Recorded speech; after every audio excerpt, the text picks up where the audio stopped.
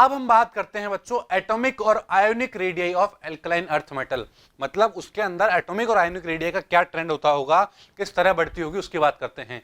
So the atomic and ionic radii of the alkaline earth metal are smaller than those of corresponding alkali metal in the same period. अगर मैं बात करूं same period की, that means alkaline earth metal का कोई एक metal लेता हूं, उसको कंपेयर करता हूं सेम पीरियड वाले एल्कली मेटल से, तो इसकी एटॉमिक और आयोनिक रेडियाई क्या होगी बच्चों?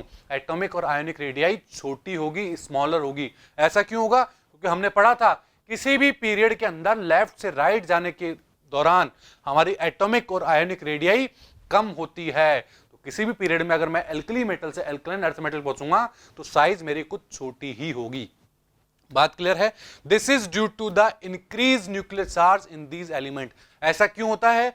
बिकॉज वहां पर न्यूक्लियस के ऊपर चार्ज बढ़ जाता है, न्यूक्लियस के ऊपर चार्ज बढ़ता है तो वो इलेक्ट्रॉन्स को अपनी तरफ खींचेगा, इसीलिए वहां एल्कलाइन अर्थ मेटल की साइज थोड़ी छोटी होती है एल्कली मेटल से। बात क्लियर है? यहां हमें सब प्रॉपर्टीज एल्कली मेटल से कंपेयर करते हुए चलनी है, जिससे हमें दोनों बहुत अच्छे से माइंड में फिट बैठ जाएं। बात क्लियर है? But the atomic and ionic radii of alkaline earth metal increase on moving down the group. अगर मैं बात करूं कि ऊपर से नीचे की तरफ चलें, दैट मींस टॉप से बॉटम की तरफ चलें, तो ये जो ग्रुप सेकंड एलिमेंट से मेरे एल्कलाइन अर्थ मेटल है, इनकी एटॉमिक और आयोनिक साइज क्या होगी? इंक्रीज होगी बच्चों। That means from Be to Ra atomic and ionic radii increases. बात क्लियर है?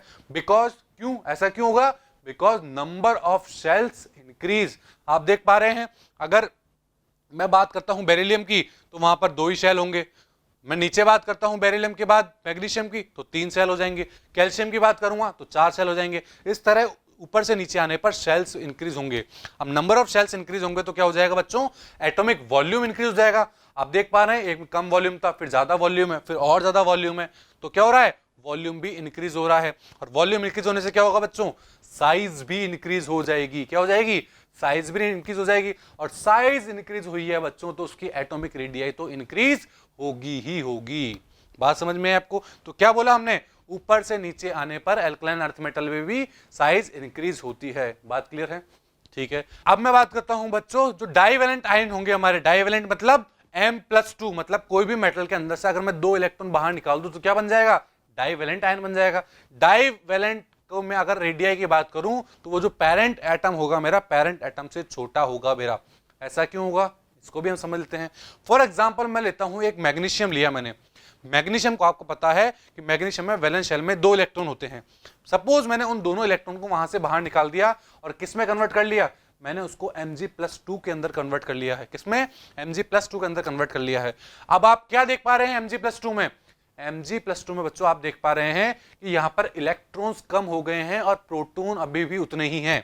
बात क्लियर है? तो अगर प्रोटॉन उसमें उतने ही हैं अभी, तो न्यूक्लियस के ऊपर चार्ज बढ़ गया है। तो न्यूक्लियस के ऊपर चार्ज बढ़ जाएगा तो वो उन इलेक्ट्रॉन्स को अपनी तरफ और ज्यादा मजबूती से खींचेगा, और अपनी से ज्यादा मजबूती से खींचेगा तो उसका साइज छोटा हो जाएगा पेरेंट एटम से। दैट मीन्स पेरेंट एटम जो है मेरा वो बड़ा होगा। किससे? उसके आयन से बड़ा होगा। बात क्लियर है? बात समझ में आपको एटॉमिक और आयोनिक रेडियाई की? तो ये सब था हमारा एटॉमिक और आयोनिक रेडियाई के बारे में। अब मैं नेक्स्ट प्रॉपर्टी की बात करता हूं, आयोनाइजेशन एंथैल्पी। तो सबसे पहली बात, क्या होता है आयोनाइजेशन एंथैल्पी? हमने पढ़ा हुआ है बच्चों आयोनाइजेशन एंथैल्पी क्या होता है। आयोनाइजेशन एंथैल्पी का मतलब होता है कि किसी भी एटम के अंदर से इलेक्ट्रॉन निकालने के लिए हमें कितनी एनर्जी देनी पड़ रही है, वो होती है हमारी आयोनाइजेशन एंथैल्पी। या मैं ऐसे कह दूं, किसी भी मेटल को आयन में कन्वर्ट करने के लिए कितनी एनर्जी देनी पड़ रही है, वो मेरी हो जाएगी ionisation enthalpy. So the alkaline earth metal have low ionisation enthalpy due to large size of atom. अगर हम जानते हैं जो एल्कली मेटल होते हैं मेरे, एल्कलाइन अर्थ मेटल होते हैं, इनकी साइज ज्यादा होती है।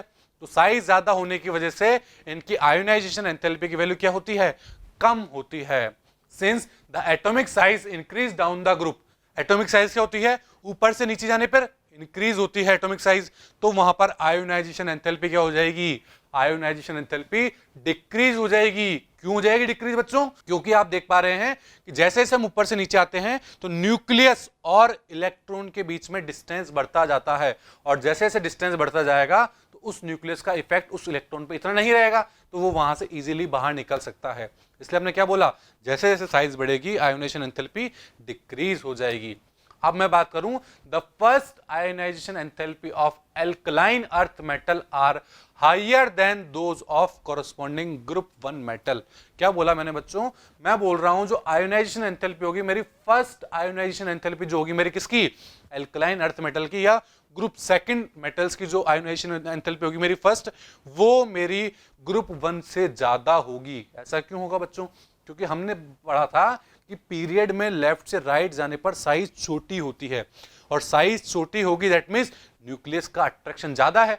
अब न्यूक्लियस का अट्रैक्शन ज्यादा होगा तो बाहर इलेक्ट्रॉन निकालने के लिए, वैलेंस शेल में से बाहर इलेक्ट्रॉन निकालने के लिए हमें ज्यादा अमाउंट में एनर्जी देनी पड़ेगी। तो हमने क्या बोला बच्चों, फर्स्ट आयोनाइजेशन एंथैल्पी जो है मेरी एल्कलाइन अर्थ मेटल की, वो ज्यादा होती है as compare to alkali metal की फर्स्ट आयोनाइजेशन एंथैल्पी से।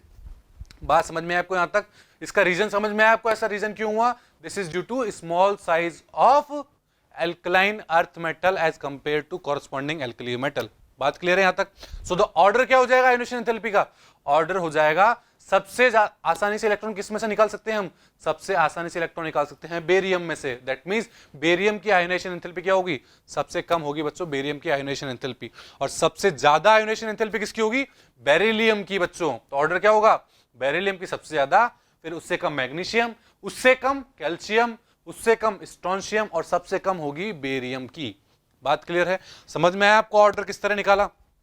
ठीक है, नेक्स्ट पॉइंट की बात करते हैं। It is interesting to note that the second ionisation enthalpy of alkaline earth metals are smaller than those of corresponding alkali metal.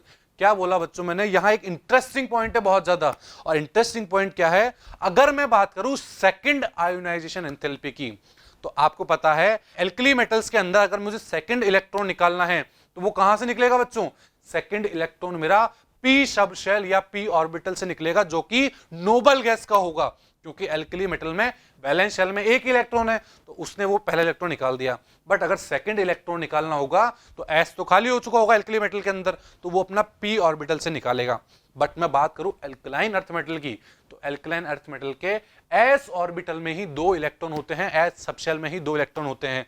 तो वहां से हमको अगर 2 इलेक्ट्रॉन बाहर निकालने हैं तो एस वाले ही निकाल सकता है हमारा एल्कलाइन अर्थ मेटल। इसलिए जो सेकंड आयोनाइजेशन एंथैल्पी की बात करूं मैं, सेकंड आयोनाइजेशन एंथैल्पी बच्चों किसकी कम होगी?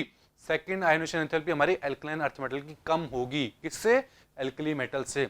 बट अगर मैं फर्स्ट आयोनाइजेशन एंथैल्पी की बात कर रहा था तो वो हमारी ज्यादा थी एल्कलाइन अर्थ मेटल की, और एल्कली मेटल की कम थी। बात क्लियर है? तो ये सब था बच्चों आयोनाइजेशन एंथैल्पी के बारे में, या आयोनाइजेशन एंथैल्पी के बारे में। तो हमने क्या क्या पढ़ा? हमने एटॉमिक आयोनिक रेडियाई पढ़ ली है, जो ऊपर से नीचे आने पर क्या हो रही थी? इंक्रीज हो रही थी। और आयोनाइजेशन एंथैल्पी पढ़ी, जो ऊपर से नीचे आने पर क्या हो रही थी बच्चों? डिक्रीज हो रही थी। सो आई होप आप सबको ये एटॉमिक रेडियाई, आयोनाइजेशन एंथैल्पी समझ में आया होगा। Thank you.